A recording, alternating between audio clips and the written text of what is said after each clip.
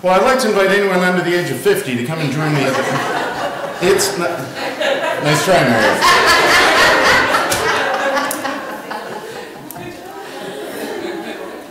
I'm going to imagine that there are children in Ponoka this morning. There aren't any other than those of us who are childlike. There appear to not be any children here this morning. It's a family day weekend. That's all perfectly understandable. Unless, of course, they're all actually doing exactly what it is I wanted to talk to them about today. In which case, okay, parents, you and I are going to have a chat. We have to talk about timeouts. So, maybe that's it. Maybe it's not just that it's family day weekend, it's that all of the kids today are in timeout. Except, of course, the really well-behaved ones that are possibly in Ponoka. I want to talk about timeouts for a second. By the way, you're probably wondering about the lovely and attractive green thing.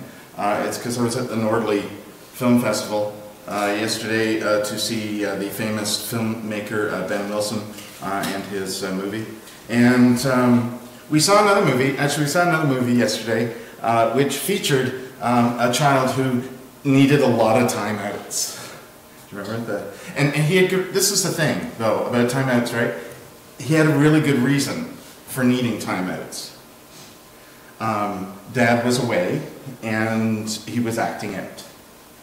So there was a really good reason why he was doing that. It's just that he still needed the timeouts. Because that's what timeout is, right? Like, we naturally, the moment I said the word timeout, you all remembered experiencing them as a kid, because I know you probably all had lots of them. Especially looking at Andrea. Both Andreas. Both Andreas, yeah. You probably had lots of timeouts. Because, you know, and why? Why? Because you were, possibly because you were naughty. But see, right away, the moment you frame it like that, so timeouts are a punishment. Are they? See, I think the reason for having a timeout is so that you'll just sit and think about what just happened.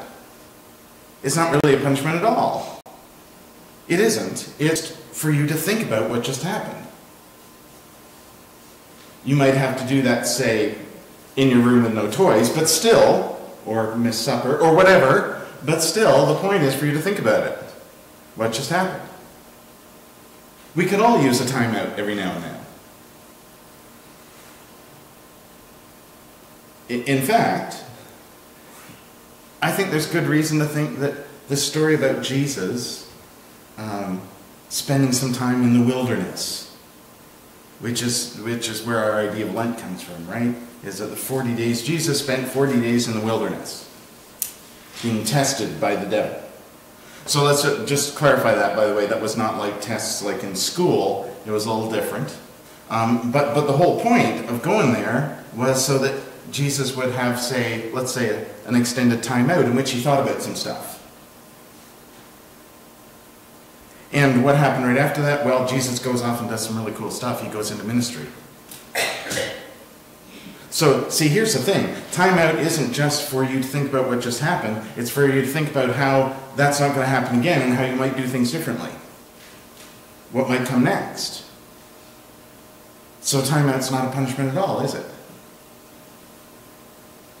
That time out, by the way, time out might also be for parents too, right? I'm not going to speak to that because, like, you all can speak to that. But just from my perspective of, we have a dog that needs a lot of timeouts. And usually that timeout is for his own protection because he just did something that, you know what I'm saying, right? Okay, he ate a hole in the floor. And he ate it all. Yeah, he did. Did he? He did.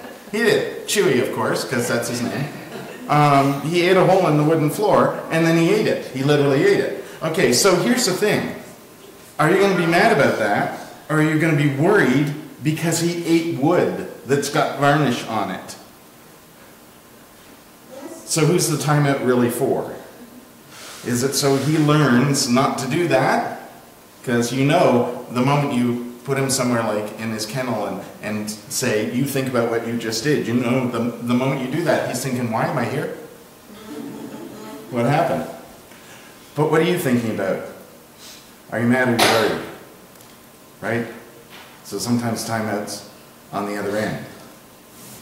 But that's the thing about this story about Jesus, is that we sometimes right away think that this is a tough story for Jesus, because Jesus goes and the story says that the devil comes to Jesus and tests Jesus and tempts him and stuff. And there's something to talk about, right?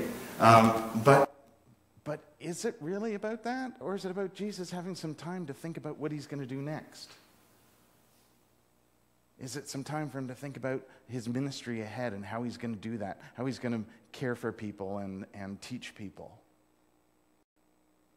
We can all use a timeout for things like that, right? It's some time apart where we think about maybe things that just happened or what's going to happen next.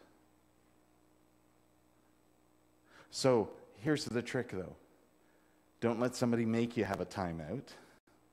Take a timeout so that you can have some time to think about stuff. So when you're having your timeout, of course, you want to have some time apart, some quiet, so there's nobody around. But there's something really cool about having timeouts, is that you know you're never really alone because God's always with you, right? God's always with you. And so if you have questions, you can talk to God. If you wonder about whether or not you can do the things you're now wondering you should do, you know that God's with you when you do that.